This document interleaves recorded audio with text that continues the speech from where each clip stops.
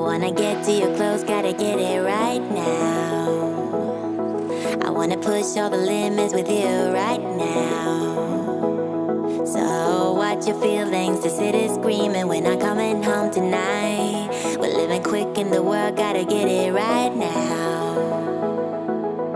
People talk and tell what you wanna hear now, but they all disappear, they will let you down. So we better stick together, let's come. Hello and welcome to VanTourist video blog channel. Today's video is about building this kitchen. You can see it's already done. It's just I forgot to film any intro video by the start of this construction, but I have the first part of this video because this part is the second one, and if you didn't want to miss anything, it's a nice idea to see the first part first. The link is right there and in the description, but if you don't feel seeing it right now, I will remind you what I did in the first video. I went to the IKEA website and ordered some furniture and pieces online, and next day I was already got them, and here it's actually my kitchen. Well, not yet.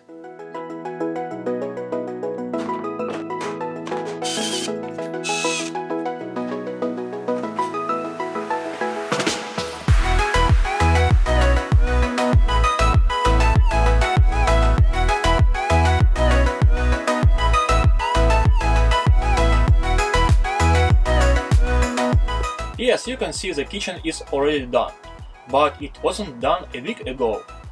So we will go back to this time and see how I did all that. Today is the day I took all the final measurements of my kitchen to buy a countertop and backsplash plate for the kitchen. It's all there and it's all I need to go and buy it and cut it in the shop. Let's roll. About 3 hours later in construction shop I got all the things, the sink and the countertop and another one, because they sell them only in 3-meter long pieces, and I asked them to cut it in size I need. They cut the piece for me, but I also need to cut along this side where this line is, this one, and that I will do right now.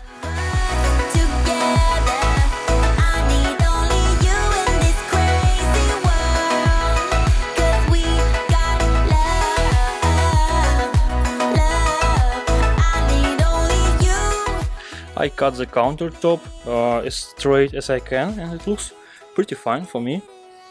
And also I bought a backsplash, this white. It actually has some pattern. I will show you closer later.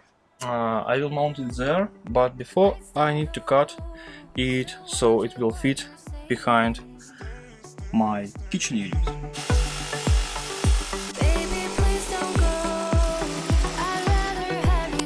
Wow, the backsplash piece turns out super nice and it fits perfectly.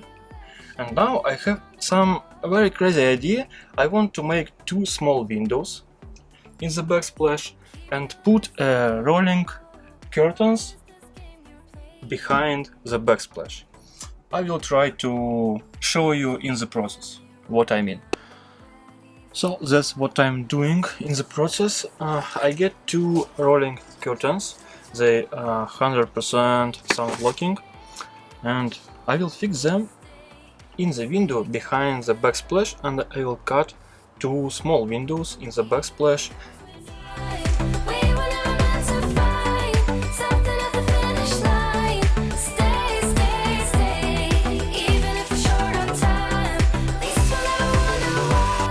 Cutting is done, and oh man, I love the result.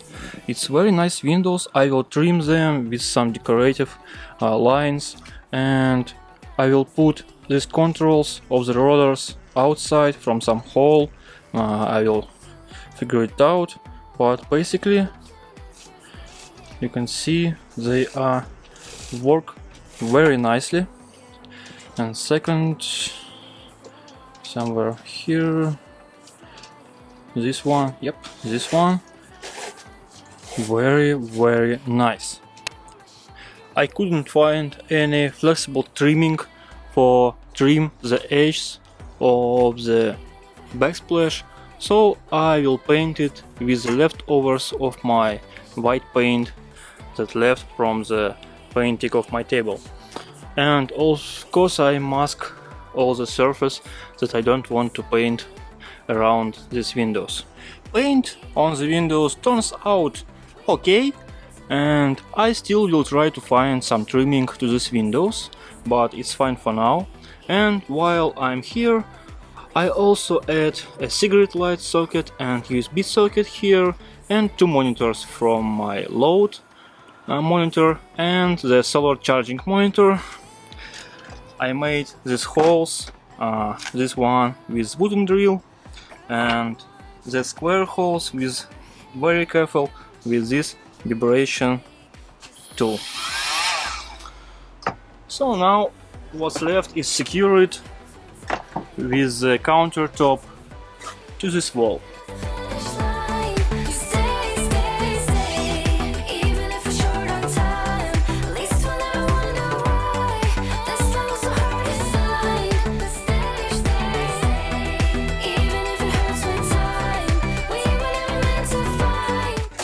Now it's time to fix the countertop in place.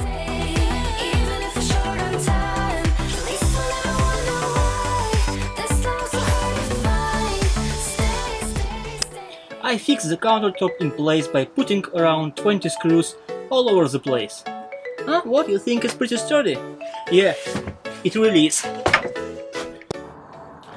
For the water that will go out from the sink, I found this angle sink drain, and it still takes about 10 centimeters of space under the sink, but it moves the siphon away from the sink, and that will help make space for the fridge to install.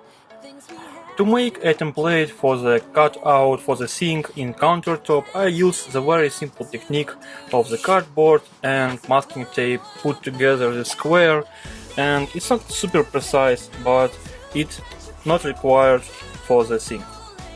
Now it's time to cut some holes to put there my sink and induction cooking top. I mark the cutouts for the cooking top and the sink. Looks pretty fine for me. And now it's time for a lot of jigsawing, because the countertop is not the easiest thing to cut.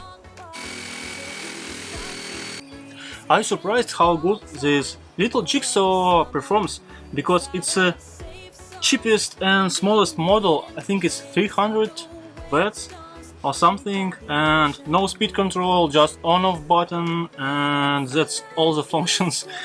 But it's 6 centimeters of this glue wood kind of stuff, and it performs quite good.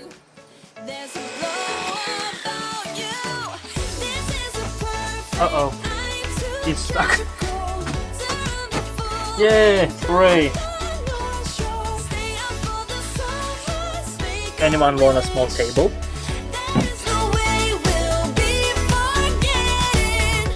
Okay, now the most important question. Does my sink fit into this hole?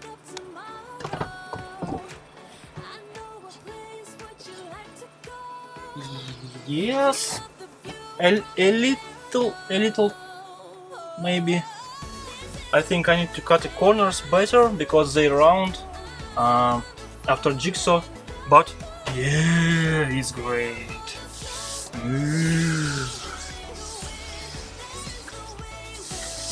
So good.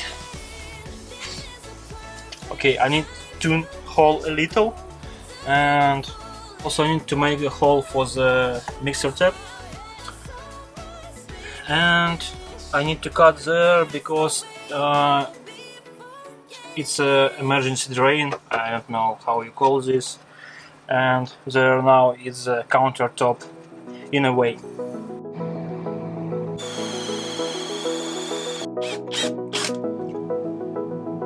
wanna get to your clothes, Okay. gotta get it right now. I wanna push all the limits with you right now. So watch your feelings, the city's screaming, we're not coming home tonight. For the classic sink installation, you need to cut this whole area where the mixer tap and the emergency drain in, but for my installation I don't want to cut here because it will be very little of the countertop left, and I want it to keep the strength and save as more counter as I could. The second cutout I need to do is for my induction cooking top. It's right there. It's there. Okay.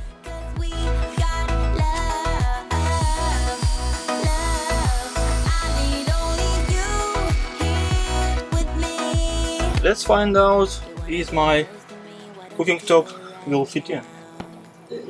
Not quite. A few little adjustments and let's see how it fits now. Perfect. This sink doesn't have any ways to secure it to the countertop, so I will put the silicone waterproof glue around the edges and push it to the countertop and hope it will stick very well.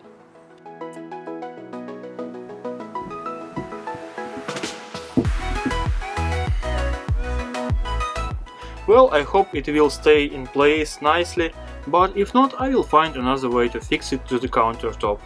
It's not a big deal, you know, the building of camper van, it's a path of try and errors. To connect mixer tap to my water system, I need to use tubes for cold and hot water, and there are two tubes comes with this mixer tap, but instead of that I will use my ridiculously long 2-meter tubes that will help me to get around all the tight corners and move my connections to the free space where it's easy to connect and maintain, which is super great because I have literally no space behind the kitchen for my piping. That's how I will make a drain for the sink. This goes to the sink, this part, and this is like kind of siphon, and it's an output of the drain. I put the rubbery drain connector there, goes very well. Then I take a washing machine or like clothes washing machine drain. It's a 3.5 meters, and this adapter goes like that, very tight and good rubber to rubber connection. Yep, very nice. And it goes in this adapter.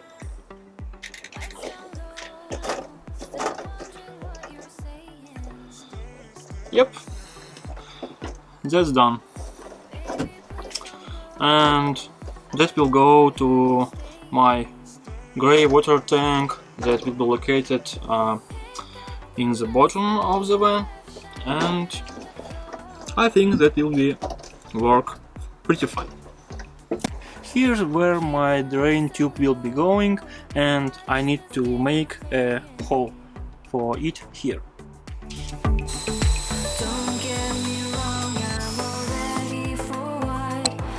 And it's done. Look. Perfect. Here you can see how my hose goes through the hole in the van, and I put it in some technological holes in the van chassis and transfer it to the other side of the van. And here on the other side of the van it ends near my shower tray drain that I made earlier, and they placed near my grey water tank that will be mounted in this place very soon. Let's talk about my kitchen equipment, and we will start with the fridge. It's a Dometic RF 60 model, some kind of. I bought it used, but it's okay shape, and it's a 3-way fridge. It could work from AC, DC, 12 volt and propane. You can set the temperature you want, but it only works for the propane and 220 volts AC, not for the DC 12 volt for some reason. So I will make my own DC control temperature system in other video. Also, it has a button for ignition of the propane, and you can choose what the source you want to use. Inside it has no freezer, only the fridge, but it's pretty spacious, and it has a lock, so it not opens while you're driving, or you can set it to another position and make a ventilation hole if you're not using the fridge, so it's not going with bad smells. The sink is not very expensive, it cost about $60. It's a fake stone sink, feels pretty nice, and I really like the shape and the size and the color. It calls latte. The mixer actually cost about the same amount of money as the sink itself, and it's very similar color finish like fake stone, and they sold separately, and the different manufacturers made them, but they fit perfectly with each other. The induction, it's a Steba, it's not very pricey too, about $50, and it's only one induction cooktop I could find in my country that could be installed into the countertop and has only one burner, so I have no other options, but I like this one. It looks very nice and has all the functions that induction cooktop must to have, and it maximum power only 2 kilowatts, so my inverter could handle it easily. That's how I want to make my holding system for the fridge. There's my bottom fridge platform I made. I screw it to the existing holes for the small little fridge legs that I remove, and I will make here the second part of this wooden base that will stuck to each other and not letting fridge slide around. That's how it looks without fridge. You can see the two holding pieces that makes a base for holding a fridge and prevents it to sliding anywhere. Also, you can see I attach all the water system to the left to the door to make a space for the fridge, and all the wires and water tubes attached to the right side, so it's plenty of space for fridge and it will not touch anything with its radiators and other stuff. Also, I make a hinged door that I can use for check my water system and other stuff, and because why not? After moving fridge about 10 times in and out, which was pretty exhausting, I figured out the exactly size of my holding base and tune it a little, and now it works perfectly. It holds my fridge in place, it couldn't slide anywhere, and only one thing I need to do is add the one holding piece at the top, so fridge couldn't jump out of my holding base, and that's all. I sure fridge will staying in place even off the bumpiest road, I know. I put my fridge in place. Also, I connected it to my electrical system through this thermostat. I will make another video about this system, how it works. And also I put a decorative panel at the bottom, like this one. It's actually a decorative panels for the doors installation in a house. This panel goes around the door when you install it. And I made this one for the side panel, so I just will glue it in place, like nothing special. It's fast and simple, so I just will put it here, like online, just for you.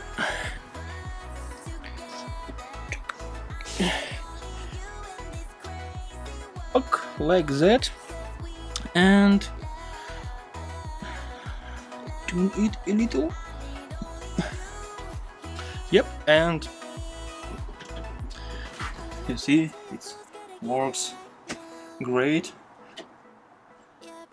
I need to clean the space a little, but in general it's just all the perfect, and my thermostat is perfect size for this place, so I was super lucky. And the right side looks just great. I couldn't be happier. I will make one final touch a little later, I will show you. And now I need to put drawers to the left side. It will be simple.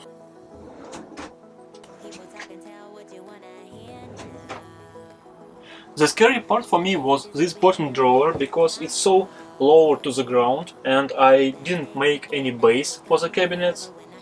So I was right, when I installed it, it scratched the floor and couldn't open full. So I adjust a little the drawer mechanisms, I raise them about 2-3 millimeters, and now it works fine. Even if you put the heavy stuff there.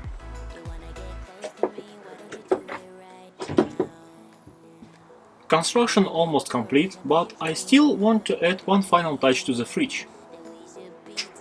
Ooh. I'm not sure, did I like it or not? Nah, not much.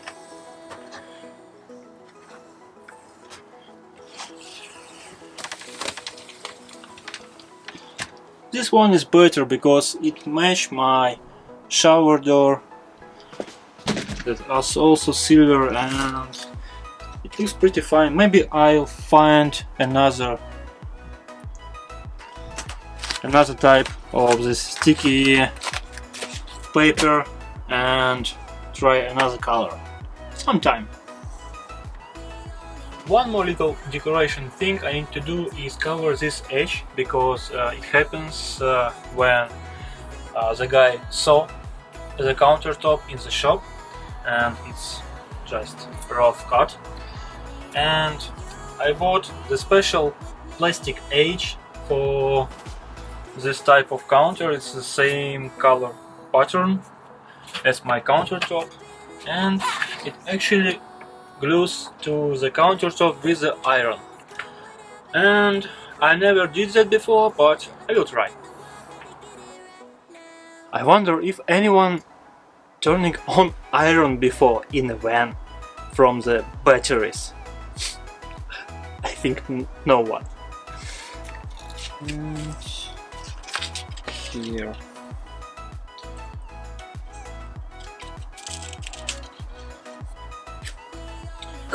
How does it happen?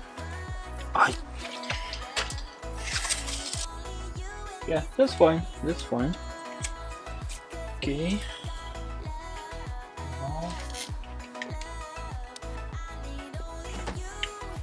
It's much easier than I thought. Okay, now it's time for the second part. Okay, looks fine for me. Now I need to cut out the parts that goes beyond my edges. I saw one YouTube video about that, so you could call me a specialist.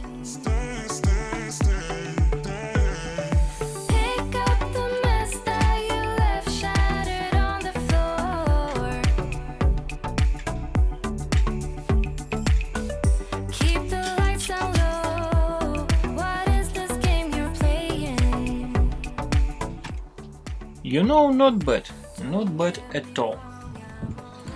Look. For the first timer, it's just perfect.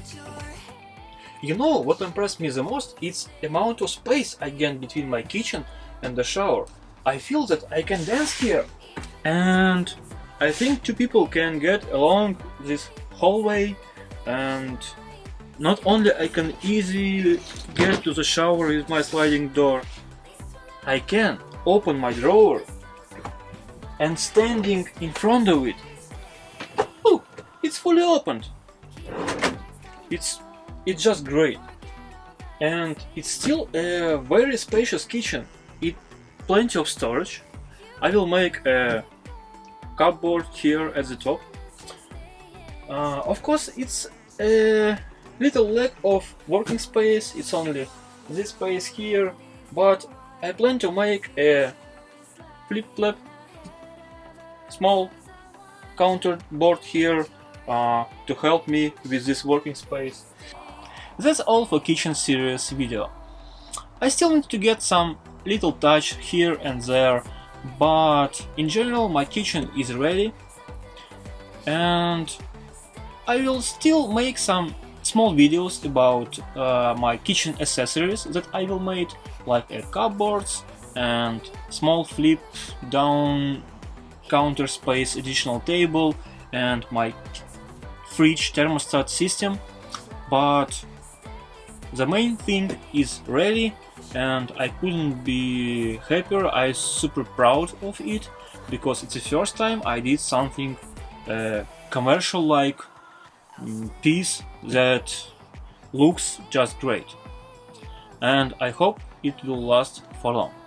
After the first part of the kitchen building video, people asked me a lot of questions about my build, and I decided to make a separate video with answers for the most popular questions about the weight, the cost, and my thoughts about the durability of this kitchen. So I put a link to this video there and in the description, and you can find the most common questions and answers to them from me by these links. Subscribe to this channel if you don't want to miss another building videos about this van, and leave a like if you like this series about IKEA kitchen building in a camper van. See you in next videos.